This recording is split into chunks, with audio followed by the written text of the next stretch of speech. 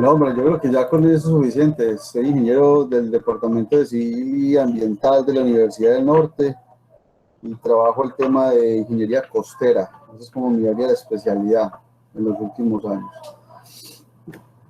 Y que a partir de diferentes eh, elementos, causalidades de la vida, pues eh, em- empecé a trabajar hace algunos años con el tema de energías marinas. Ya tiene unos 3 4 años que estamos trabajando en el grupo en el tema. Y bueno, realmente pues es parte de lo que se hace en el grupo y que está alineado no solamente con lo que tiene Colombia planificado y a nivel ya de compromiso como país ante el Acuerdo de París y el cumplimiento de los ODS, sino también es lo que se está dando en la tendencia mundial pues para la reducción de las emisiones de carbono a la atmósfera, muy desde la componente de cambio climático, el cual también pues trabajamos en el grupo de costas de la universidad. Entonces yo puedo ir de una vez presentando y compartiendo aquí la pantalla. Me indican si cuando estén viendo, por favor. Sí, ya se puede ver. Entonces, a ver, yo creo que cuando uno va a empezar pues como con una conferencia de estas características, pues conviene más hablar de lo que se ha hecho del camino recorrido más que implementar unas teorías, que de pronto es lo que sí se hace en los cursos regulares pues, de ingeniería. El propósito de la conferencia, de la charla, es mostrarles lo que se han dado en este terreno y lo que viene y lo que está por venir para el Caribe colombiano, para nuestro contexto Caribe particularmente. ¿Por qué? Porque el Pacífico es otro cuento, porque apenas en el país está mirando hacia el mar. Somos un país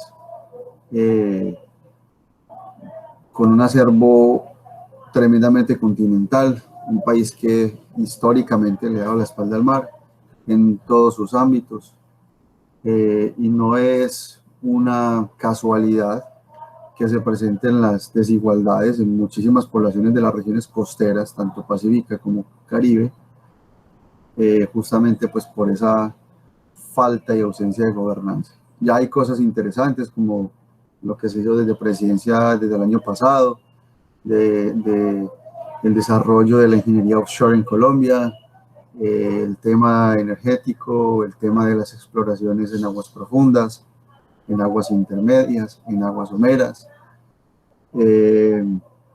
Y esto pues va todo de la mano, ¿cierto? No solamente pues la continuación de la explotación de las energías fósiles, que pues realmente Colombia, por lo menos a nivel continental, está bastante mal. Nosotros no tenemos las reservas petroleras que tiene Venezuela y por eso pues como tenemos una cuenca oceánica tan grande, se va a iniciar pues con las perforaciones. Se ha iniciado con perforaciones, ya hay una definición de campos para explotación petrolera en toda la cuenca Caribe de Colombia, de diferentes empresas, no solamente Ecopetrol, sino empresas extranjeras, y que creo que de la mano pues se pueden siempre plantear otras alternativas. Particularmente el Atlántico tiene unas características muy especiales para la generación de energía, eh, tanto eólica como a nivel de oleaje. No es su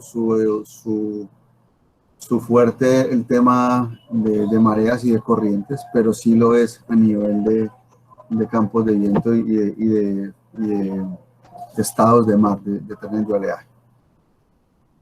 Les recuerdo que me pueden interrumpir en el momento que quieran, no hay ningún problema. Tenemos una hora hasta las 11:30 para la charla, entonces pues vamos entonces a hablar de diferentes elementos. Una de las cosas que es necesaria explicar, definir y describir es el concepto de lo que es la ingeniería costera. ¿Y por qué es importante, muchachos? Porque, como les digo, históricamente somos un país que le ha dado la espalda al mar. Piensen que cuando yo me fui de Colombia del país no había ingenieros costeros. Cuando regresé yo era el único ingeniero costero que había en todo el país. Y como les digo continuamente a mis estudiantes, eso no es una cosa para presumir, sino que es una cosa para preocuparse de que somos un país con 3.000 kilómetros de línea de costa, con cuencas oceánicas importantes, en términos de recursos, en términos de biodiversidad, y que no se tengan las profesiones y la experticia adecuada es una cosa muy grave, es claramente una representación de nuestro subdesarrollo. Ya la cosa ha cambiado, ya se han graduado algunos de mis estudiantes, ya ha llegado gente por otro lado que ha estudiado también afuera. Sí hemos tenido una componente oceanográfica muy fuerte por la DIMAR, pero no a nivel de ingeniería costera como formación. Piensen que a nivel formativo, en este momento, pues la única universidad o las únicas que están haciendo ingeniería real, de base, es la Universidad del Norte en el Departamento de Civil. Se está haciendo algo de la UTB, porque lo que es la de Antioquia y la Nacional son, si tienen, y de AFIT, y la misma Nación de Bogotá y la misma Tadeo, tienen líneas de ciencias del mar, pero muy desde la limnología, muy desde la oceanografía, desde la oceanografía física operacional, más no como ingenieros costeros para diseñar obras costeras. Eso es muy importante que lo tengan en cuenta. Entonces, ¿qué hace el ingeniero costero? Toma elementos de la física, del mar, de las condiciones meteomarinas, y que a través de principios científicos toma ese conocimiento de la física y le da una aplicación y resuelve problemas de la sociedad, que es la misión del ingeniero y que es lo que nos diferencia a todos los ingenieros de los físicos, que nosotros tomamos los principios de la física y le damos una utilidad a la sociedad. No nos quedamos simplemente entendiendo el fenómeno físico, nosotros tenemos que hacer cosas que van en pro del desarrollo social. Esa es la ingeniería costera, solo que como rama de la ingeniería hidráulica, de hidráulica marítima, que es una línea de profundización de la ingeniería civil, pues se dedica a todo lo que está asociado con intervenciones de ingeniería en las zonas marino-costeras. Es una rama que es relativamente nueva, particularmente en Latinoamérica. Ya las civilizaciones europeas occidentales han tenido una fortaleza marítima, digamos que es una rama que realmente como ingeniería es muy nueva. Y miren que, pues si bien por ahí los griegos empezaron a plantear ciertas teorías, pues solamente hasta el siglo XVI al siglo XIX donde se empezó a hablar de esto como ingeniería, a través de las teorías de Airy y de las teorías de Stokes. Y realmente el primer estudio de oleaje de propagación a nivel de ingeniería se hizo fue en la Segunda Guerra Mundial, por esos dos investigadores, Sverdrup y Munk. Y ellos lo que hacían, no analizaban como tal el oleaje aquí en la zona costera, sino que lo analizaron por allá muy lejos, y para eso pues definieron una teoría que se conoce como la teoría ideal, que define que el oleaje se ve como, se puede ver desde un punto de vista ideal por unas ondas perfectas, con crestas y valles muy definidos, con movimiento orbital progresivo, porque esto sigue un transporte de flujo, siguiendo unos círculos muy bien definidos, y en definitiva es un oleaje sinusoidal muy bonito, muy ordenado, que es lo que se encuentra por allá lejos de la costa. No es lo que tenemos en la costa como lo estamos viendo aquí. Cuando usted ya quiere estudiar el oleaje en las zonas costeras, donde ya se siente el efecto de la plataforma submarina, tenemos que utilizar otras teorías porque esta teoría ideal no nos va a servir. Se queda muy limitada. Entonces esto nos lleva a definir otras técnicas para poder estudiar el oleaje en esas zonas marino-costeras. Y esto parte de lo siguiente, todo tiene un origen. A ver, lo primero es, todos sabemos que 3/4 partes del planeta está cubierta por océanos, es decir, estamos hablando del 97.26% del total de los recursos hídricos del planeta. Y de todo esto, acuérdense que tenemos nada más el 0.5% de agua potable disponible, ¿sí? Hay que considerar una que está congelada, otra que está a nivel subterráneo. Entonces primer elemento de enseñanza, hay que cuidar el agua porque el agua potable para nosotros es muy poquita y es muy escasa. Somos un país, pero un planeta de agua, pero es agua salada, ¿sí? Y entonces todos estos sistemas de agua están sometidos a unos sistemas de circulación general. Y esos sistemas de circulación general están descritos por una cosa que todos conocemos que se conoce como las corrientes oceánicas, ¿sí? Y esas corrientes oceánicas están afectadas por dos elementos fundamentales. El primero de ellos son unas acciones globales y el segundo son unas acciones locales. Las acciones globales o dentro de las acciones globales que afectan a estos sistemas circulatorios de corrientes oceánicas tenemos los rayos solares, la rotación de la Tierra, particularmente el efecto de Coriolis, y las características físico-químicas del agua salada. ¿Por qué? Porque cambian en profundidad. Y eso es un elemento vital a la hora de usted instalar un dispositivo que le permite aprovechar energía del mar. Y como acciones locales, esto ya es muy cerca a las zonas continentales. Tenemos la forma de la batimetría, que es la forma del contorno submarino, el efecto de la cercanía a los continentes que cambia los patrones de esos sistemas de corrientes y las condiciones meteorológicas que usted encuentre en el mar. Todos estos elementos describen, modelan, modulan el comportamiento de esas corrientes oceánicas. ¿Listo? Bueno. Entonces ahí tenemos, además, vamos a tener y están observando, pues bueno, esas corrientes oceánicas de las que les estoy hablando, ¿cierto? Entonces mire que esto tiene un comportamiento, está un poco lento el video, pero tengámosle paciencia, por favor, dado que, pues bueno, por eso no prendí la cámara, porque está un poquito lenta. Pero entonces, bueno, vamos a observar de que, pues ahí tenemos toda una serie de corrientes, y que mire que esos patrones de corrientes, pues, ¿qué pasó? Están siendo afectadas o tienen un comportamiento muy particular cuando están cerca de los continentes a cuando están por aquí libres, ¿sí? Entonces hay los patrones de corrientes muy definidos, ¿cierto? Como este que ven aquí, que viene de Brasil y va subiendo por el Caribe y sigue subiendo hacia la parte norte de nuestro continente americano, y que eso tiene un elementos fundamentales a nivel incluso biológico, ecológico, porque pues con esto se recargan de nutrientes las zonas marinas. Con esto, acuérdense de la película de Nemo, la tortuguita esta toda chéveronga, ella viajaba en esas especies se apoyan en esas corrientes para viajar en esas corrientes. Esas son unas funciones fundamentales.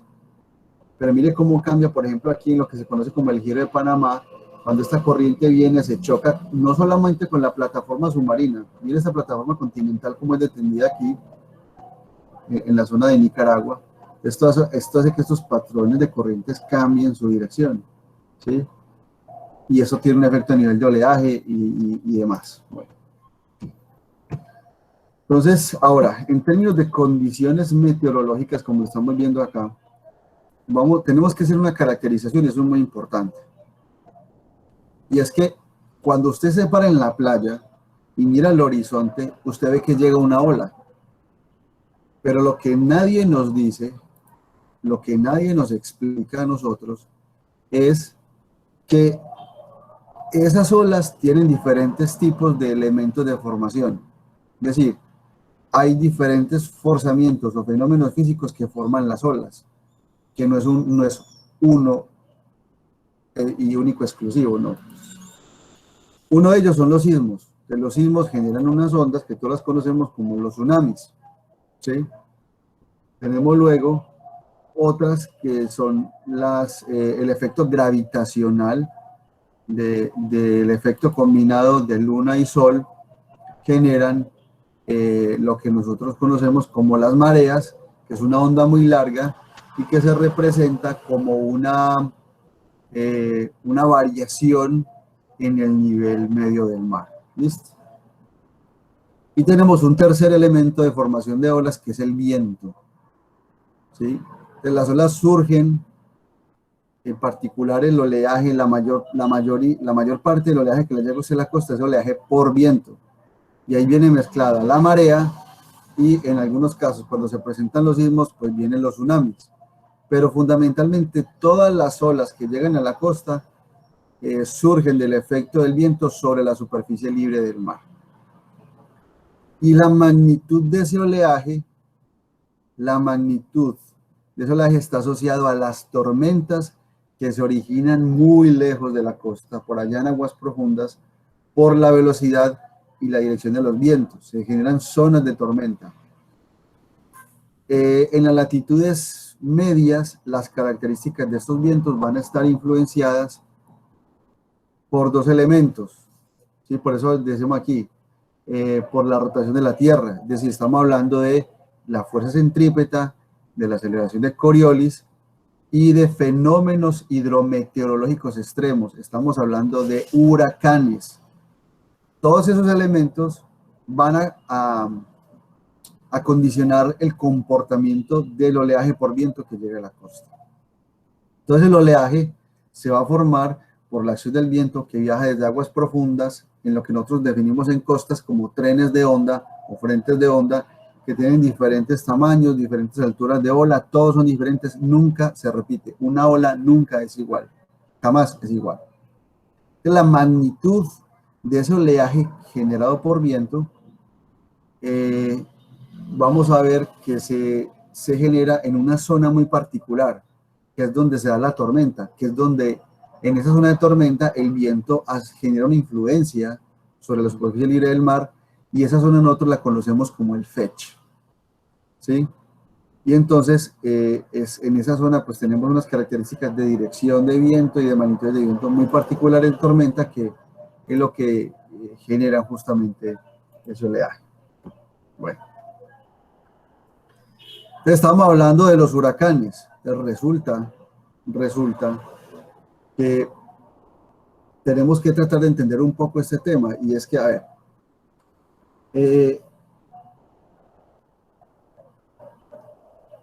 el viento genera el oleaje, ¿cierto? Y esa generación va a ocurrir digamos que hay diferentes escalas de magnitud.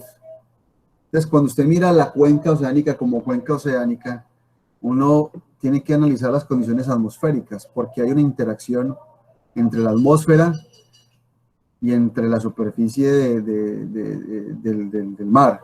Hay una interacción que se da entre estos dos, y con eso se define incluso el clima del planeta. Cuando usted mira estas zonas, me voy a volver un poco, estas cuencas oceánicas, todo eso que está azul, que usted está viendo en esa pantalla, no es más que una gran reserva de energía solar. Entonces, el océano actúa en el planeta como como un embalse, pero de energía solar, y que es un almacenamiento temporal.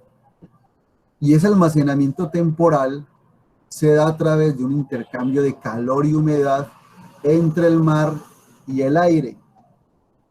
Entonces vemos que el sol tiene un papel fundamental, y las condiciones atmosféricas tienen un papel fundamental en el origen de estos campos de viento, porque aquí en toda esta cuenca oceánica es donde se está dando una interacción de calor y humedad, que es lo que genera una cosa que se conocen como las corrientes de superficie.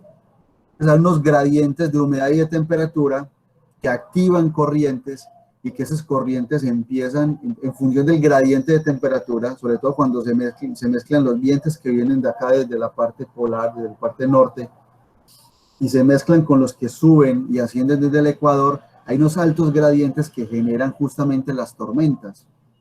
Y en esas localidades de tormenta, usted va a tener un viento que actúa durante un gran periodo de tiempo, con gran intensidad y en una misma dirección. Cuando se tiene el viento con esas características, ahí en ese momento, en ese fetch, es donde se da el origen de las olas. Y esas olas ya salen del fetch, salen de por acá de estas zonas profundas, y empiezan a viajar hacia las zonas continentales. ¿Listo? el tema de cómo es la transferencia al final es una transferencia de momentum. Ya estamos aquí en ingeniería y todos sabemos que no es el momentum o la cantidad de movimiento. No está muy bien entendido porque hay unos temas de las características de la capa límite atmosférica, hay muchos elementos. Pero lo que sí es claro es que se dan unas condiciones por gradientes de temperatura que generan un comportamiento en las características del viento. Entonces, en las ciencias atmosféricas se habla de un concepto que es el viento de equilibrio y que está afectado por la aceleración de Coriolis. Entonces, cuando ustedes saben que no sé en mecánica, pero en civil nosotros construimos mapas de contorno, de lluvia, de viento, ¿cierto? Que incluso también lo hacemos a nivel de topografía, ¿sí? Que son como líneas equipotenciales, líneas que tienen igual valor. Es lo mismo con el viento, uno crea todos estos campos con unos patrones y puedo observar de que cuando la dirección del viento es igual al viento de equilibrio, que el viento de equilibrio es ese viento que se da por el gradiente de presión atmosférico, que se llama viento geostrófico, ¿cierto? Y hay otro concepto que es, eso luego pues se puede hablar con más detalle porque no es el momento. Entonces, el viento geostrófico es como que cuando los campos de viento principales van en la misma dirección de los gradientes de presión, pero cuando no van en la misma dirección, sino que se genera como una curva en ese viento de equilibrio, entonces ya no es viento de equilibrio, sino que es geostrófico, sino que se conoce como viento de gradiente. Y entonces a ese viento de gradiente, en esas ecuaciones diferenciales, se le pone un término adicional para que justamente pues describa ese cambio en la dirección. ¿Y eso cómo se representa? Eso en términos coloquiales, ¿cómo se representa? Bueno, en cómo se comporta el viento en la superficie. Pues a veces los campos de viento suben y a veces los campos de viento bajan. ¿Cuándo bajan?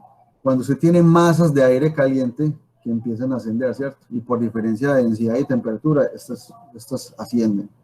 Y a veces, pues cuando son muy fríos, sobre todo cuando vienen del polo norte, pues vienen de muy arriba y empiezan a bajar. Entonces, en los casos cuando el aire asciende, eso se conoce como una zona de baja presión. Y a este concepto se le conoce como la borrasca o ciclón. ¿Y eso qué significa? Que es una región donde la presión atmosférica es más baja que la presión del aire circundante. Y genera unos gradientes de presión, que es lo que justamente va a dar el origen a los huracanes, o a los ciclones tropicales, como lo quiera llamar. ¿Sí? Pues esas características de las zonas de baja presión usualmente dan una sensación de vientos intensos, vientos de tormenta, alta precipitación, mucha humedad, que es lo que justamente pues, representa un huracán. Y cuando esas masas de viento bajan desde la troposfera, entonces se conoce como una zona de alta presión, lo contrario. Entonces, y esas masas descienden y este es el efecto contrario al ciclón. Esto se conoce como el anticiclón. Tenemos unas corrientes muy fuertes que vienen viajando y que usualmente generan tiempo estable y ausencia de precipitación, que es lo que pasa aquí en Barranquilla. Ustedes ven en la noche que lo que ha pasado en estos días, vienen esas masas muy frías que uno siente un friecito muy chévere en la noche y eso se lleva a las nubes y por eso genera tiempos de calma y por eso aquí en Barranquilla llueve tan poquito. ¿Listo? Entonces, es unos elementos muy, muy importantes para hablar entonces de lo que nosotros tenemos que abordar como ingenieros, que nos dedicamos a las cuestiones marinas. Y es el hecho de que, bueno, si yo ya entiendo toda la física de lo que hay allá afuera, pues entonces, ¿cómo la mido? ¿Cómo la represento? Y eso nosotros en Costa lo conocemos como el clima marítimo. Que el clima marítimo no es más que la caracterización del oleaje y del viento que se da por allá en estas zonas profundas. Y su comportamiento e impacto también en las zonas costeras. Nosotros hablamos de la altura de ola, que es la misma definición de la que tenemos nosotros en física, ¿cierto? Que es la diferencia entre el cresta y el valle.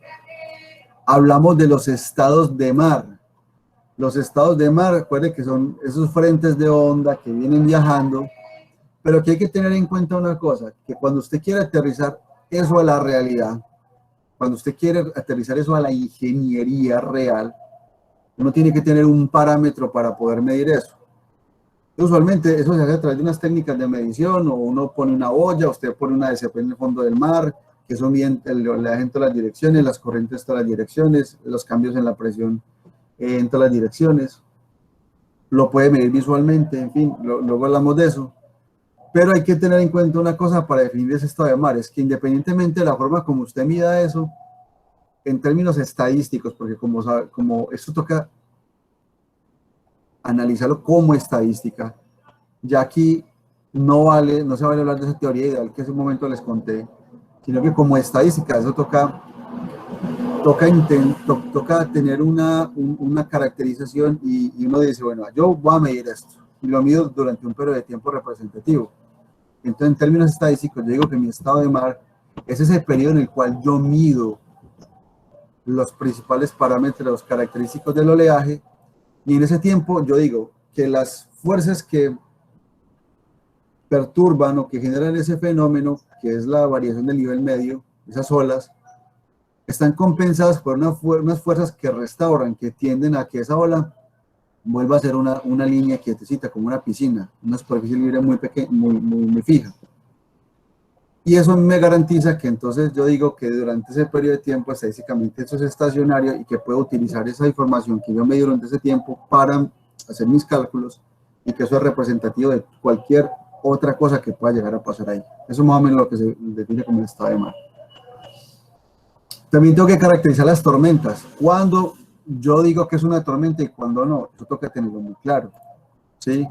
Usualmente, pues lo que se hace para la definición de las tormentas es que se define un umbral. Y los ingenieros somos muy dados a eso, para la normatividad, para diseñar lo que usted quiere. Por lo menos en civil es muy dado que nosotros, si vamos a hacer un canal, si vamos a hacer una presa, si vamos a hacer un edificio, tenemos unos umbrales. Y cualquier cosa que esté por encima de ese umbral es una cosa que es anómala y que hay que tratarla como diferente, ¿sí? Entonces yo defino el umbral, y ese umbral, hay muchas técnicas estadísticas para definir ese umbral. Ahora, las fuentes de información pues son claves porque pues tenemos que medir de alguna manera. Entonces, la ola se define como la distancia vertical entre el valor más alto y más bajo de la elevación de la superficie de una ola, es decir, la distancia entre la cresta y el valle. Se acabó. Listo. Vamos a pasar rápido aquí. El estado de mar, un fenómeno físico se puede considerar estacionario si las características que influyen en él permanecen constantes durante un cierto periodo de tiempo, es decir, no son cambiantes. Yo no le meto cambio climático a eso. Yo espero que no me pase un huracán cuando estoy midiendo eso, porque entonces ya son eventos de tormenta. Ese es un tiempo durante el cual, y debido al tipo de fenómeno, existe un equilibrio entre las fuerzas generadoras y las fuerzas restauradoras que intervienen en ese fenómeno y que mantienen su manifestación como un estado estacionario. Pero cuando se hace estadística de datos, usted tiene que garantizar unas hipótesis estadísticas, que sea gaussiano, estacionario, ergódico, en fin.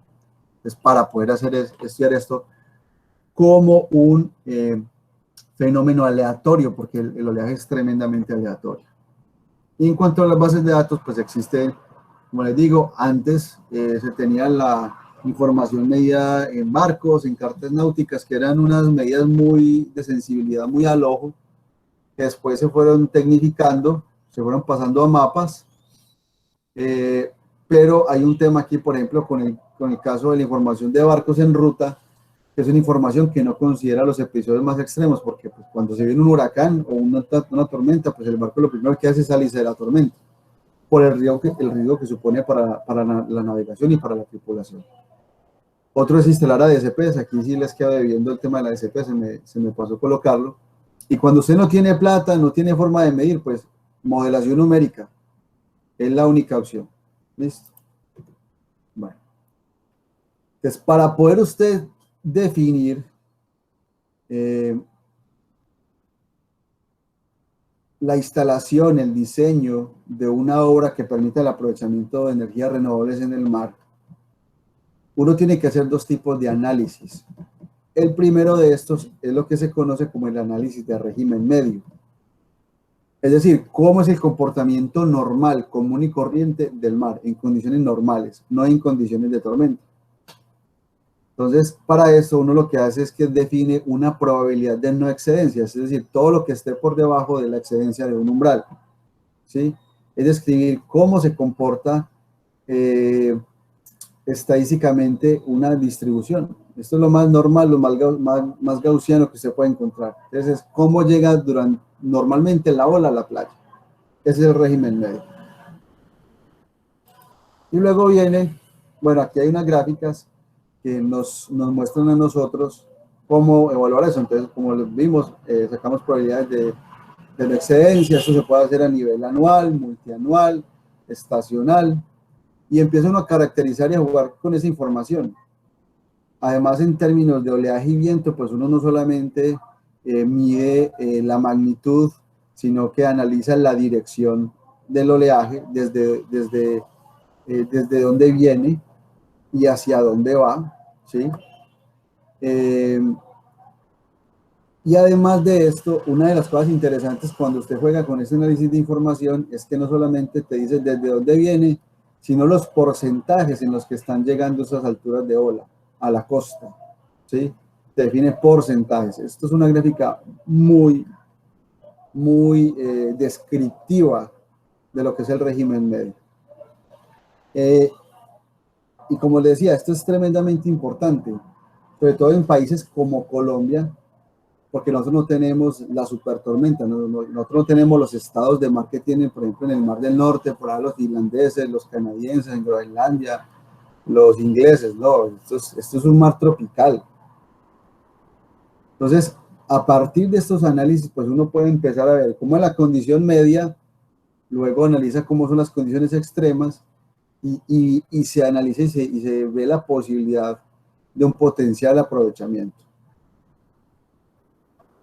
Ahora, ¿a qué voy con todo esto que les estoy mostrando?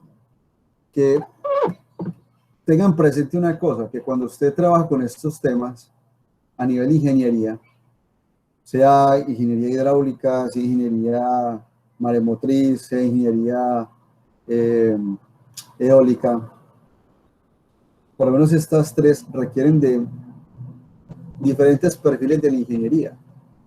Porque uno a nivel hidráulico lo que hace es que primero determina cuáles son los potenciales de aprovechamiento. Pero yo después necesito el equipo electromecánico, es decir, del ingeniero mecánico, del ingeniero eléctrico, para poder hacer un aprovechamiento adecuado de ese potencial y saber cómo lo va a pegar yo a la red interconectada nacional o cómo voy a generar todo un sistema de distribución si es una zona no interconectada. Necesitamos de diferentes profesionales. De hecho, ya estamos haciendo colaboraciones con mecánica con el profesor Bula, y en eléctrica estamos trabajando también a la par con la profesora Diana Arango, porque ya tenemos pues ya tenemos los potenciales para el Caribe colombiano. Vamos a pasar ahora al Pacífico, y ya entonces con base en estos potenciales, pues con el mecánico nos podemos sentar y con el eléctrico y definir con el mecánico la turbina, el sistema dispositivo más adecuado, y con el eléctrico pues toda la parte eléctrica. Hay otras representaciones que se hacen, que son las distribuciones conjuntas. Esto no es más que un análisis de frecuencias que nos muestra a nosotros las alturas de ola en términos de magnitud y en términos de dirección, desde dónde vienen, cómo se repiten más en el tiempo, en términos medios. Entonces uno puede concentrar aquí por diferentes rangos todas ese número de repeticiones, ¿sí? Cómo llegan las alturas de ola, y clasifica estas marcas de clase. Entonces usualmente uno pone de 0 a 0.5 metros de altura de ola, de 0 a 1, de 1 a 2, y caracteriza entonces, digamos, unos escenarios de régimen medio, de cómo te llega la altura de ola y desde dónde te está llegando. Y también se hace no solamente para altura y dirección de ola, sino de altura de ola y el periodo, porque el periodo es fundamental. Si no es lo mismo tener una ola de un periodo de 2 segundos a tener una ola de 15 segundos de periodo. Eso es una ola muy destructora, es una ola que transporta mucha masa. Entonces, si usted lo ve en términos mecánicos, hay que considerar el periodo, porque ustedes saben que ustedes como mecánicos, el motor del sistema lo alinean a los periodos. Usted tiene que régimen medio periodos entre 2 y 5 segundos, entre 2 y 8 segundos, y te llega una ola con un periodo de 15 segundos y te quema el equipo. Entonces, todas esas cosas hay que tenerlas en cuenta y por eso se hacen estos análisis que están viendo aquí. Este régimen de oleaje está asociado más a las características que se tienen muy en la costa, porque a partir del régimen de oleaje uno define probabilidades de no excedencia y es que no solamente se trata de seleccionar el equipo, usted el equipo lo tiene que instalar en el mar. Entonces, cuando yo hablo de régimen de oleaje, yo no solamente estoy hablando de la energía con que llega el oleaje, sino que además, tengo que mirar la estabilidad de la playa. Porque yo que me gano con colocar un equipo y si no evalúo el régimen de oleaje y es una playa que está en erosión, pues cualquier equipo que ponga yo ahí, el mar me lo va a tumbar porque la playa se está erosionando. Entonces, mire que el papel hidráulico es un papel muy desde la física, de lo que pasa en el mar, para que luego en conjunto con el eléctrico y con el mecánico se pueda instalar adecuadamente un wind farm o un wake farm, ¿sí? Todos estos campos de oleaje, tanto a nivel campos de oleaje con wakes o campos de oleaje con monopilas. Necesitamos de estos elementos de la física para poder realmente instalar todos estos elementos. Régimen extremal. Entonces, el análisis extremal aquí ya es a nivel de diseño, ¿cierto? Chévere y todo que la monopila aproveche muy bien el viento. Más chévere todavía si yo tengo un WEC que me aprovecha la energía del oleaje. Pero a nivel de estructura, como estructura, ese dispositivo de aprovechamiento tiene que tener la capacidad para soportar las solicitaciones del oleaje. Porque véalo así, al final y en definitiva, el oleaje genera una fuerza de impacto. Entonces, aquí ya vamos más del lado estructural, de los materiales que tiene que tener el estructural a nivel de civil y a nivel mecánico. Incluso esto va hasta temas de geotecnia. Vamos a ver ahorita unos trabajos que hicimos. Esto puede tener la estructura más chévere, más bacana, más esbelta, pero si no te aguanta por material el impacto del oleaje, si no te aguanta como estructura, a nivel estructural, el impacto del oleaje, si no tiene una buena interacción de la estructura, o sea, como suelo-estructura, cómo es la transmisión de las cargas al suelo, la estructura te va a colapsar. Para eso es que es el régimen extremal, que se puede hacer a nivel estacionario y a nivel no estacionario, para considerar todas esas cargas cíclicas en el tiempo y poder mirar cómo es la estabilidad de la estructura. Aquí ya usted considera, miren los elementos tan importantes. Usted con este análisis determina las acciones de diseño a soportar por la obra marítima en función del riesgo y su vida útil. Entonces sabemos que cuando vamos a diseñar una monopila, el periodo de retorno de diseño de esa monopila son de 50 a 100 años. Y con base en ese periodo y ese riesgo, usted saca la altura de ola de diseño de la monopila. ¿Y en qué se traduce eso? En el diámetro de la monopila, en el espesor del material y en las características del material. Entonces, el régimen extremal es tremendamente importante para el diseño de la estructura como estructura, no a nivel de aprovechamiento.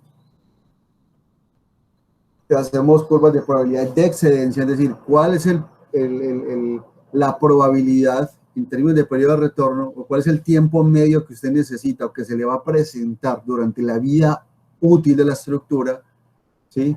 Para que eso conduzca a una falla de la estructura. Entonces, usted tiene que diseñar por encima del periodo de retorno para que la estructura no se le caiga. Nosotros los civiles, pues esto es pan de cada día, a nivel de hidrología, a nivel de hidráulica, porque nosotros siempre diseñamos nuestras estructuras hidráulicas como periodo de retorno, y que eso está estandarizado por lo menos en hidráulica general a nivel de norma, a nivel de normatividad. Para el diseño de estructuras costeras, para el diseño de estructuras offshore, pues ya nos tenemos que ir hacia los estándares internacionales, porque lastimosamente pues Colombia no cuenta ni con ley de costas ni con estándares para diseño. Ya en el grupo nosotros generamos una guía de diseño, una metodología de diseño de estas estructuras, que fue una tesis de maestría, que pues ahí podrían consultar pues elementos importantes, que igual voy a presentar algo aquí. Entonces, a nivel de régimen extremal, uno empieza a sacar estos mapas. Estos mapas son tremendamente importantes. Esto lo saqué yo para el Golfo de México porque eso fue mi tesis de maestría, que luego nosotros nos trajimos esa tesis para acá, esa metodología que hizo en esa tesis, y que pues es lo que estamos haciendo ahorita, es aplicar la metodología para el contexto colombiano, porque estos mapas muestran muchas cosas. Ustedes piensen lo siguiente: si ustedes asumen una constante solar, recuerden que estamos hablando de una transferencia de energía del sol, entonces pensémoslo así: usted tiene que el océano es una gran reserva de energía temporal, que toma esa energía y se la lleva para otro lado. ¿A través de quién? A través de las olas. Cuando usted ve una ola, usted lo que está haciendo es, está viendo una manifestación de la energía que el sol le cedió al planeta. Entonces pueden asumir una constante solar de 375 megawatts por metro cuadrado, que es lo que el sol le da al planeta. Y de esos 375 megavatios por metro cuadrado, 1 megavatio por metro cuadrado es absorbido por el mar como reserva temporal que se lleva y que es lo que le llega a usted a la costa. Ahora, multiplique eso por toda la cuenca oceánica. Estamos hablando de que tengo una gran cantidad de energía almacenada en el mar, que después hay que analizarla con otras cuestiones, porque si bien está esa reserva ahí, resulta ser que cuando, como en toda la física, cuando usted transporta un fluido, usted tiene pérdidas. Lo vemos a nivel de tuberías, lo vemos a nivel de canales, lo vemos a nivel de mecánica de fluidos, lo vemos a nivel eléctrico. Usted siempre que transporta un fluido como onda, como lo que sea, usted tiene una pérdida. Y pasa lo mismo en el mar, con esa energía. Uno va a tener pérdidas por viscosidad molecular, uno va a tener pérdidas por descrestamiento, por whitecapping, por un montón de elementos. Entonces, cuando esa energía ya se va aproximando a la costa, o se reduce o se amplifica en función de las características que tenga la costa. Por eso hablamos de acciones globales y hablamos de acciones locales, ¿sí? Estos mapas muestran eso. Por ejemplo, una de las cosas muy interesantes y los resultados que yo llegué a la tesis de maestría con esto, es que ustedes ven unas zonas muy verdes, más verdes que otras. Por ejemplo, aquí en este mapa de verano, ¿sí? O en este mapa de otoño. ¿Y eso qué significa? ¿Yo qué encontré con eso? Yo luego pasé esta energía y encontré que esas zonas más verdes pues identifican velocidades del viento más fuertes. Como consecuencia vas a tener un oleaje más fuerte porque el oleaje depende del viento, pero que están asociadas a las rutas de huracanes. Entonces, cuando usted ve países como Colombia, cuando ve países como México, dentro de los estándares internacionales, son países que están considerados como países que tienen muy bajo potencial de energía, ¿sí? ¿Y por qué sucede eso? Porque nuestra plataforma continental es muy tendida. Mire, por ejemplo, en el caso mexicano, toda esta zona blanca que ven acá cerca de las costas, Cuba, mira aquí, ahora le mostré de Nicaragua. El mismo Colombia, vamos a ver que la parte Caribe sí tiene una plataforma muy tendida. No sucede lo mismo con el Pacífico, porque en el Pacífico se mete a la costa, se mete al mar y cuando se escuiva hay un hueco y casi que se está ahogando uno. Aquí no, uno aquí, váyase para Santa Verónica, váyase para Puerto Velero, váyase para Galera Zamba, uno camina, Ciénaga Magdalena, en Ciénaga Magdalena uno está casi que a 1 kilómetro de la playa y el agua le llega todavía a las rodillas. Hay unas zonas muy bajas. Entonces, por la pendiente de la playa, por las características de la plataforma continental, somos considerados como países con un bajo potencial. Y además tenemos que excluir que es que las tormentas no se dan acá. Realmente el oleaje se genera en otras latitudes que están más al norte. Y eso se da por lo que le comentaba a usted de las pérdidas. Entonces, cuando el oleaje viene, empieza a sentir el efecto del fondo, se empieza a sentir unos efectos de refracción, difracción, porque eso es una onda y eso le resta energía. Entonces, hay todo un tema, pero el hecho de que seamos considerados como unos países con bajo potencial no significa que no podamos aprovechar lo que tenemos. Y ya sabemos que a nivel, por ejemplo, de los convertidores de energía, de los WECs, ya sabemos que hay convertidores que te permiten aprovechar energía, por ejemplo, de alturas de ola significante de 3 a 4 metros. Entonces, eso corresponde a una ventaja. ¿Para qué? para lo que vamos a ver, y que es las épocas de tormenta. Las épocas, por ejemplo, a nivel de Caribe, cuando estamos entre noviembre y marzo, que son épocas que tenemos un mar de leva, que tenemos unos nortes que llegan de la parte de los polos, frentes fríos, que activan las corrientes, y vaya, intente meterse en el mar ahorita, es peligroso porque el mar está muy picado. Esos WECs nos permiten aprovechar en una escala estacional la energía de las tormentas que se dan en el Caribe colombiano, ¿sí? Entonces, para eso necesitamos el análisis de tormenta. Este análisis no es como el extremal, que es para diseño de la estructura, no es para régimen medio, para medio entender de cómo funciona nuestro Caribe, qué es lo que hay de línea base. Ya a nivel de tormenta, nosotros aquí en Colombia podemos definir un umbral, como les dije al inicio, y todo lo que esté por encima de ahí es tormenta. Entonces yo ya puedo caracterizar esto después a nivel estacional, en qué meses se va a presentar, en qué meses a mí se me presenta el umbral, y yo digo, bueno, vea, yo pues tengo un régimen medio que puedo aprovechar, pero me va a llegar también un régimen de tormenta que también me va a generar a mí mucho más potencial de energía. Y que si bien, pues eso no sirve de respaldo a todo el sistema interconectado nacional, sí le puede brindar energía a unas poblaciones pequeñas, ¿cierto? Esto no es para alimentar Bogotá, pero sí va a servir para aprovechar, pues, para poblaciones pequeñas. Entonces, el análisis de tormenta lo definimos como el grupo de estados de mar. Mira, aquí tenemos un espectro de oleaje en los que la altura de ola excede el umbral que usted va a definir. Hay formas de definir su nivel estadístico, pero que estas no están por debajo del periodo de tiempo, de un periodo de tiempo continuo a 12 horas, ¿cierto? Porque pues una tormenta no dura 3 días. Esto, una tormenta viene, sube un poquito, después vuelve, el mar se calma, después viene otra y así. Y lo estamos viendo en esta imagen. Entonces ya uno viene y empieza a hacer análisis de cuánto dura la tormenta, cuál es su duración máxima, cuál es su duración media, cuántos eventos de tormenta se producen al año, le saca algunos estadísticos, los clasifica por rangos de altura de ola. Entonces, mire, por ejemplo, comparar el Caribe mexicano con el Caribe colombiano es un poco cruel porque pues allá tenemos durante el paso de un huracán en alturas de ola hasta 12 metros, ¿cierto?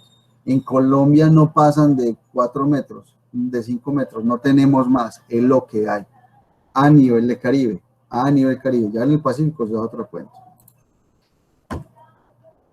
Entonces, lo que les decía, ustedes empiezan a caracterizar dónde se encuentran las principales alturas de ola, porque listo, uno dice, bueno, no siempre tengo tormenta, lo tengo la tengo nada más en invierno, pero como régimen medio, pues sí puedo tener unos campos de WEX, unos campos de viento, de monopilas, que me permiten aprovechar ese régimen medio, pero que esa estructura esté soportada para cuando llegue el pico de tormenta y entonces la frecuencia del motor aguante un poquito más, porque sabes que va a tener un excedente de energía. O como lo decía el profesor Bula, no, Germán, cuando estemos instalando eso, más bien, si llega una tormenta, entonces que se dispare el fusible, porque si no nos va a quemar el motor. Listo, profe Bula, usted el que sabe de eso. Miramos la duración de la tormenta, cuánto duran esas tormentas. Mire, esto es un trabajo que se fue haciendo en México hace añitos cuando yo era estudiante, así como ustedes. Incluso ya uno te puede decir, bueno, vea, puedo tener una energía que me viene de tal dirección durante tanto porcentaje de tiempo y que está asociada a tantos kilovatios, ¿cierto? Uno empieza a caracterizar todo esto. Y hace los mapas de energía. Entonces, mire que uno, por ejemplo, mira que en el interior del Caribe mexicano hay mucha actividad, hay mucha energía en el Caribe, porque por aquí viene el patrón de los huracanes. Casi todos pasan por aquí. Sí, la energía máxima histórica que tiene el Caribe mexicano, ¿sí? ¿Dónde se concentran los eventos? Se concentran, entonces vienen por aquí y todos terminan por acá en Tamaulipas, terminan en New Orleans, ¿sí? Hay otros que siguen hacia esta parte del Atlántico Norte, por aquí, pero a nivel de Caribe mexicano y Golfo de México, se concentran en esta zona y se concentran en esta zona. Pero ojo, a nivel de régimen medio, cuando usted empieza a mirar todas las energías asociadas a los eventos de tormenta, ya solamente uno dice, mira, a nivel de tormenta está acá y está acá, no hay más. Y que eso se produce en invierno. Uno empieza a correlacionar la información y con base en eso usted puede tomar decisiones, ¿sí? A partir de cómo va a aprovechar esa energía. Entonces, un elemento que me sirve a mí de base para pasar a lo siguiente es esto. Cuando yo hice este trabajo en México, en el Golfo, esto lo hice a nivel latinoamericano. Nosotros tenemos muchos problemas de información. Nuestro acceso a la información es muy limitado, sea que porque es seguridad nacional o porque no tenemos como latinoamericanos esa costumbre de estar midiendo constantemente, que eso sí lo tienen los países de primer mundo, están monitoreando absolutamente todo el tiempo. Entonces, esto se hizo con un modelo de tercera generación. Era lo que había cuando yo era estudiante. Pues no soy tan viejo, pero era lo que había. Esto es un modelo de tercera generación con lo que yo hice esto. Yo hice esto con un modelo, se llama un modelo espectral, un modelo que resuelve la ecuación de energía, resuelve espectros multidireccionales. Ya es un tema pues muy técnico de esto. Entonces, ¿qué hace ese modelo de tercera generación? Me representa a mí las condiciones medias. Y para poder yo garantizar los eventos extremos, entonces le apliqué un modelo de huracanes que ya me tomaba, que es un modelo que mide y modela los campos de presión, considera el viento geostrófico y ciclostrófico del huracán, y uno superpone esas series y así saca las tormentas a nivel de modelación. ¿Y por qué menciono esto? Por algo, ténganlo en el tintero para otra cosa que le voy a contar. El tema es que se me acabó el tiempo y no alcancé a contar todo lo que quería contar. Bueno, entonces uno caracteriza todo eso. Bueno, ahí salieron unas publicaciones, muchachos, ahí están, las pueden consultar cuando quieran y leen esa vaina. Cuando nos traemos esto para acá, con el estudiante de maestría, le dijimos, bueno, a ver, vamos a intentar hacer lo mismo aquí, porque una de las cosas que yo detecté cuando llegué a Barranquilla, pues fue que, uy, aquí hay mucho viento, ¿cierto? Entonces propusimos un proyecto financiado por la Gobernación del Atlántico para la evaluación de la estabilidad de las estructuras offshore asociadas al clima marítimo colombiano, que es bien diferente al del Caribe mexicano y Golfo de México. Ese trabajo tenía la misma, en principio, la misma función o los mismos objetivos, que era definir áreas con mayor potencial energético, determinar los frentes de onda que llegan a las zonas de estudio, identificar cuáles son esas zonas más energéticas para saber dónde podíamos instalar un campo de monopilas, realizar una modelación CFD para ver cómo se puede comportar una estructura ante las solicitaciones del oleaje y las corrientes, y plantear una metodología de diseño y de análisis, porque es que para Colombia no hay nada, muchachos, no hay nada. Qué cosa tan tremenda. Pero ojo, aquí viene el plus, porque usted sabe que toda investigación tiene un plus, y es que ya los resultados de oleaje que se generan con ese trabajo ya no son con el modelo de tercera generación, sino con un modelo de quinta generación, que incluye eventos extremos. Ya estamos hablando de otra cosa, un modelo de quinta generación. Esos modelos se fueron mejorando y esto ya entrega pues un oleaje muchísimo más aproximado a la realidad. Entonces, con base en toda esa información, que es lo que uno hace para caracterizar, entonces ubica uno el parque eólico, tiene unos elementos para identificarlo y puede considerar los elementos de diseño a nivel estructural de lo que son esas monopilas, ¿cierto? Entonces, el ABC es el mismo, independientemente de lo que usted vaya a hacer, sea un WEC, sea una monopila, sea un dispositivo para gradiente salino en una zona de desembocadura, o si es para un dispositivo de aprovechamiento de mareas, lo que sea, a veces el mismo es, usted no puede hacer un estudio de estos sin el clima marítimo. ¿Por qué? Porque usted entonces no va a saber cuál es el potencial que tiene para poder aprovechar esto, ¿cierto? Y después uno le mete todos los arandelas que quiera, al nivel de hidrodinámica, al nivel de interacción flujo-estructura, a nivel de interacción suelo-estructura, ¿sí?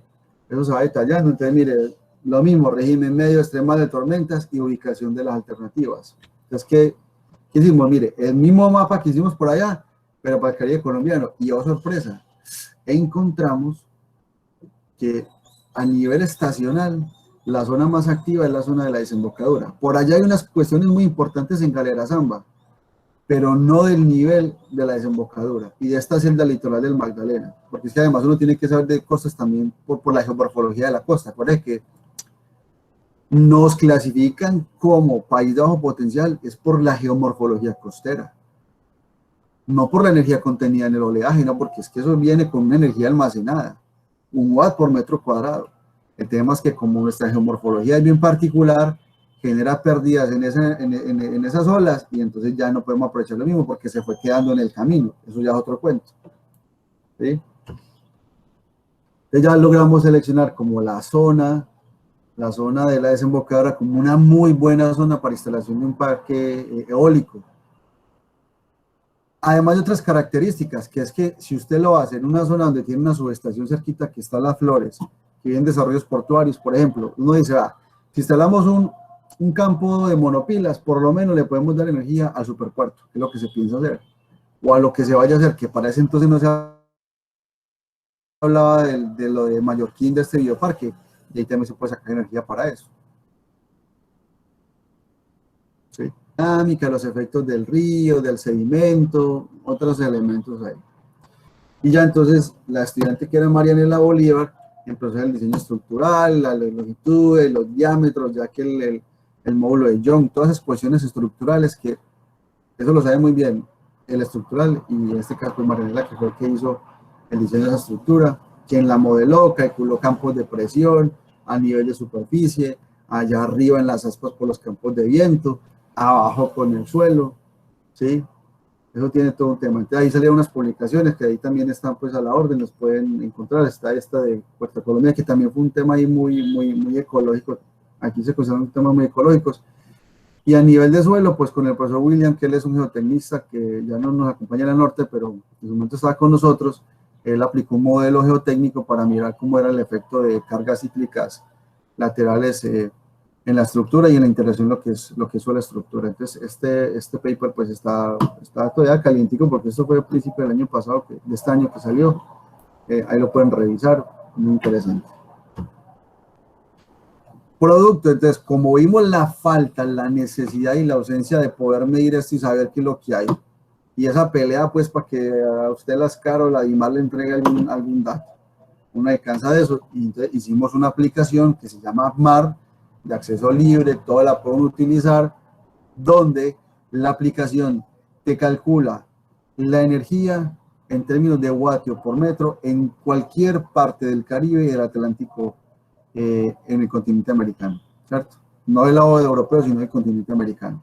Hay diferentes mallas que toman los datos del modelo de quinta generación, que es el Wabash Tree, y entonces usted le mete las coordenadas y él llega en el mapita, le ubica hasta dónde está, y entonces usted saca alturas de ola, vientos, primero descarga la información, extrae la información porque eso tiene un formato que tiene el modelo internamente adecua al formato, carga la información y aquí entonces ya está el módulo de análisis donde usted saca alturas de gráficos de probabilidad de excedencia, de no excedencia para régimen medio, las rosas de altura de ola, de periodos, la rosa de los vientos, y hay una versión AppMar 1 que hace el régimen extremal, te hace el ajuste de la distribución de extremos, acuérdate, para el diseño de la estructura, las probabilidades de excedencia, y te hace pues todos los análisis probabilísticos y te saca pues estos campos de potenciales, ¿cierto?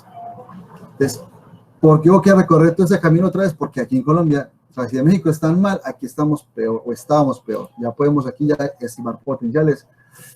Mire qué tan interesante estas zonas aquí pues con esos campos de viento. Y ahorita viene ya un estudiante de doctorado que se llama Jason Berrío, que bueno, como ya tenemos todo este camino ganado, que venga Jason, hermano, vamos a trabajar con temas de WEX, de convertidores de energía de oleaje. Entonces estamos haciendo la transición del viento hacia el oleaje. Evidentemente eso no significa que no se puedan estudiar otras zonas en términos de campos de viento para Colombia. Se puede, obviamente que se puede, pero estamos viendo que Guajira tiene un potencial mucho mayor que el mismo Atlántico en condiciones meteomarinas, y entonces nos fuimos para allá.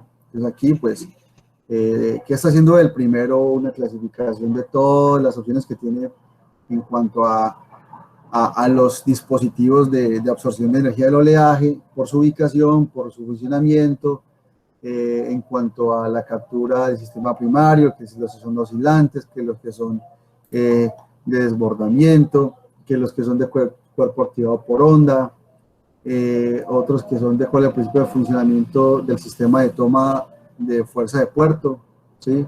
Que es esto, sistema de toma de fuerza. Aquí tenemos eléctricos, hidráulicos, de turbina, de otros tipos. Y entonces con base en eso usted mira su función, que si es columna oscilante, que si es del principio de Arquímedes, que si es con boya fija de referencia, que si es con cuerpo boyante con referencia móvil, que eso, si son dispositivos de rebase, que si son aparatos de impacto pendulares, que de acuerdo a la orientación con respecto al oleaje, entonces que tenemos los absorbentes puntuales, que los atenuadores, que los totalizadores o terminadores. Entonces, usted puede tomar estas decisiones después de haber recorrido el camino anterior, que no hubiera sido posible si no se hubiera hecho todo el trabajo que está Ammar, pues estoy con un estudiante que me dijo que es un programador excelente, fuera de serie a nivel de programación de pelado, que Ammar existe pues en parte por los desarrollos iniciales de Nela y ahorita pues realmente lo que ha hecho Casas ha sido fenomenal. Entonces, ¿qué buscamos con JSON? Un camino muy similar para el tema de lo que se hizo para el tema de viento. Entonces, primero, hombre, tenemos que mirar dónde se van a ubicar. ¿Y usted cómo las ubica? Bueno, corra a Ammar, que Ammar le presente todos estos elementos de clima marítimo, de tormenta, dónde vienen, y entonces JSON ya identificó los puntos, empezó haciendo una caracterización por municipio, y ya después viendo Ammar, de dónde tiene mayores potenciales, pues bueno, entonces ya, y bueno, yo creo que son estos puntos que son los que estamos viendo aquí. Pero hay un tema, y es lo que están viendo acá, que también se analizó con Marianela. Pasa que la de Nela fue una hidrodinámica para mirar la estabilidad de la estructura. Aquí ya el tema es diferente, porque ya los WEX tienen una conformación diferente, tienen a nivel estructural es un elemento totalmente diferente de una monopila. Entonces, cuando usted quiere, listo, usted ya sabe dónde está el potencial, qué tanto se puede aprovechar, pero hay unos elementos que se tienen que considerar a nivel de modelación costera, por lo que les decía, por el tema de las características de la costa. Entonces aquí se están haciendo unas modelaciones con el XBeach para mirar cómo varía el perfil de equilibrio de la playa, y realmente pues estamos pensando, él ahorita no ha definido muy bien si va a ser a nivel de costa o en agua más somera, pero si es en la costa sí necesitamos hacer modelaciones con mayor detalle frente a la costa por la estabilidad del perfil de equilibrio y porque ya el oleaje aquí, cuando ya siente el efecto del fondo marino, llega muy transformado, se amplifica, se reduce el periodo de la onda, tenés refracción, tenés difracción, y todo eso afecta el potencial. Y la única manera de detectar cómo se transforma el oleaje, cómo llega a la costa y cómo es el comportamiento del perfil mismo frente a ese oleaje, solamente puede ser con un modelo de estas características, que son modelos, pues, como todos, un modelo Navier-Stokes, con un montón de hipótesis, pues, para la solución de estos elementos, pero que es necesario. Entonces, ya con los potenciales, con el conocimiento del sistema costero y con las mediciones que usted tenga, es posible construir una serie de datos. Entonces ya puede generar unas boyas acá más cerca del oleaje real que tenés frente a la playa para saber cómo lo vas a aprovechar. Entonces, estas modelaciones me permiten a mí establecer unas bases de datos de un potencial ya muy transformado y muy real frente a la costa. Entonces ya cuando JSON tenga la serie de oleaje frente a esta costa, él ya puede pensar en cuál es en términos de planeación y diseño, cuál es la estructura más adecuada, cuáles son los materiales de esa estructura, de ese WEC, cuáles son los sistemas de anclaje, las técnicas de anclaje, cuál va a ser la geometría del dispositivo, si va a ser posible o no hacer una configuración de un WEC farm, ¿cierto? De una granja de WECs, porque por ejemplo hay que considerar cosas como la que están viendo aquí. Aquí hay estructuras costeras frente a Río Hacha, Y las estructuras costeras generan no solamente un montón de problemas a nivel de erosión, a nivel costero, sino también a nivel de transformación del oleaje. La hidrodinámica cambia, y eso cambia las características del oleaje. En términos de estrategias de seguridad misma del equipo, y para el tema de la conversión de ese potencial de los sistemas eléctricos, es necesaria esta modelación. Entonces, andamos en eso. Ese es el cuento, pues, me tocó correr un poco, pero creo que alcancé pues como a contarles más o menos lo que se está haciendo en civil, y que bueno, pues están invitados, pueden descargar la aplicación AMAR, que ahí ven que está en el GitHub de Seman, porque aquí está metido no solo el departamento, sino un grupo de estudiantes que yo tengo, que es,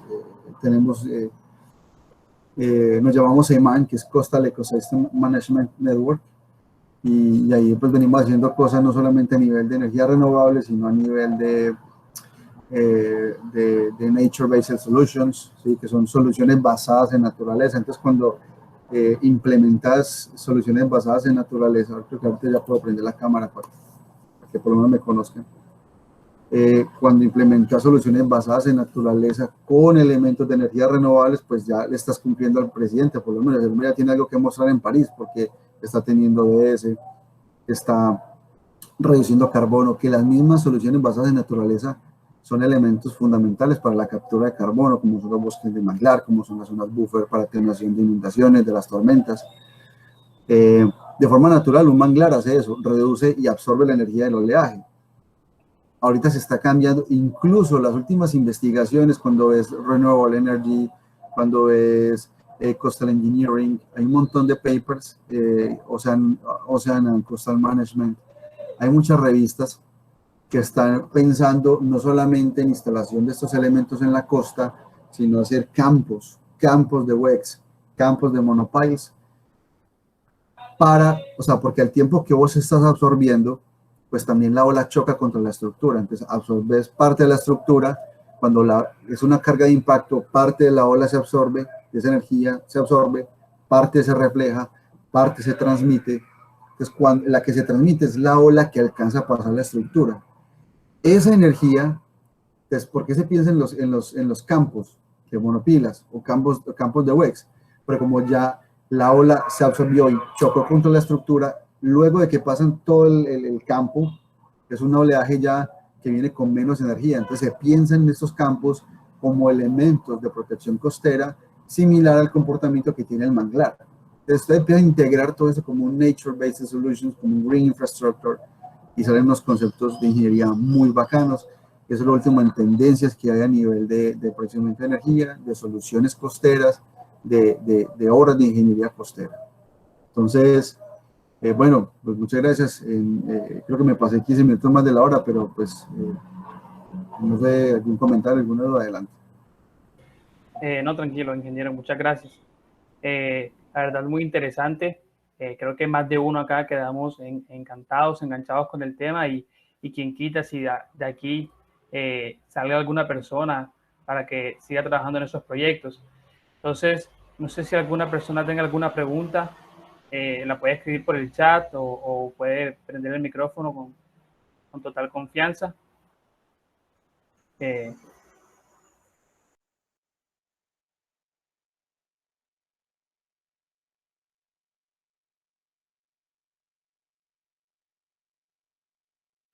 Bueno, yo personalmente tengo una pregunta y es, desde la ingeniería mecánica, ¿de qué manera uno podría dirigirse a ese campo de la ingeniería offshore? O sea, ya sea a nivel de qué posgrado se debe hacer o de pronto cómo se podría entrar en ese mundo de la ingeniería offshore. Pues vamos, Miguel, como yo le comentaba, o sea, al final esto es un grupo de trabajo, yo no, pues listo, lo que te decía, yo llego, estimo el potencial, miro todo lo que son las características del sistema costero, cómo va a funcionar, dónde es la mejor zona para implementarlo, pero todos estos elementos requieren unas cuestiones electromecánicas, y esas cuestiones electromecánicas pues están asociadas al funcionamiento del elemento, porque pues hay un potencial real, ¿cierto? Hay un potencial real que te llega a la costa. Pero entonces ya su función como ingeniero mecánico, de ese potencial real disponible, cuánto es el potencial real aprovechable. Entonces vos llegas, tomás el sistema de la turbina o del motor o del rotor, y entonces tenés incluso que enlazar con el eléctrico, porque entonces eso, hablemos de lo más simple, que lo que todos conocemos, una turbina por hidroeléctrica. Entonces está el rotor, está el eje, y después está el estator, y que entonces el estator está en estos campos magnéticos donde realmente se genera la energía. Entonces, usted como mecánico le tiene que entregar al eléctrico la energía real aprovechable, y que usted sabe que a nivel mecánico eso también tiene unas pérdidas, tiene un funcionamiento. Entonces usted como mecánico tiene la función de lo que yo como hidráulico le entrego, y decir, bueno, dentro de todo el espectro de posibilidades, en lo que hay de turbinas, en lo que hay de alternador, todas esas cosas que ustedes manejan bien, realmente yo no me siento muy cómodo en ese tema. ¿Cuál es el mejor elemento para poder aprovechar adecuadamente esa energía, para maximizar la eficiencia? ¿Sí? Y además de los elementos de seguridad de los equipos. Entonces usted como mecánico, por ejemplo, tiene que hablar con el estructural, el que es el ingeniero civil, para definir los elementos, porque no solamente la carga de impacto que tiene por oleaje, o la carga de impacto que tiene cíclico como campo de viento. Entonces tiene que definir, bueno, cuál es el material, que sea un material, por ejemplo, todos sabemos, bueno, si a uno aquí se le pudre la ropa de no usarla, se le dañan los zapatos, imagínense una estructura que está todo el día al sol y al agua y sometida al ambiente marino. De los materiales de ese elemento. Además de los materiales, entonces ya el diseño estructural, que ustedes como mecánicos también tienen una cuestión ahí de dinámica estructural también muy importante. Yo tengo entendido que ustedes también ven dinámica estructural, y eso es puro diseño de estructuras. Y entonces, como protecciones a nivel estructural, también tiene que usted hablar con el eléctrico para ver qué protecciones tiene que tener, porque entonces el eléctrico tiene que definir unas protecciones eléctricas que están definidas por unos rangos de frecuencias que usted como mecánico le tiene que entregar. Entonces el eléctrico tiene que definir unos umbrales de frecuencias eléctricas en los que se tiene que mover el dispositivo para que se dispare y no se queme, que era lo que hablaba yo y que hablaba mucho cuando nosotros tenemos ahí un proyecto que presentamos con el profe Bula y con la profe Arango, de energías renovables con la gobernación. Es un proyecto que está en evaluación ahorita, y yo les voy a hablar mucho de eso, ¿cierto? O sea, aquí te estoy contando, o sea, lo que yo puedo escuchar, medianamente comprender, eso es lo que la información que les estoy dando aquí. Y creo que, pues, a nivel de posgrado, hay opciones en civil, igual en mecánica, o sea, de todas maneras son cosas que, como te digo, es un grupo multidisciplinario, porque yo, pues, el mecánico de por sí solo, listo, yo tengo este dispositivo, pero ¿cuánto le aprovecho? Ahí necesitas a Germán, y Germán necesitas saber cuánto le entregas al mecánico. El mecánico es toda una serie de profesiones que si no está como todo el equipo profesional, es muy difícil llegar a hacer algo, ¿cierto? Ok, sí, la verdad es que es bastante interesante precisamente por eso, por la cantidad de conocimiento que requiere en muchos ámbitos para hacer este tipo de ingeniería. Y bueno, por última pregunta, otra pregunta que se me ocurrió ahora que estaba respondiendo esto, sería la de los materiales.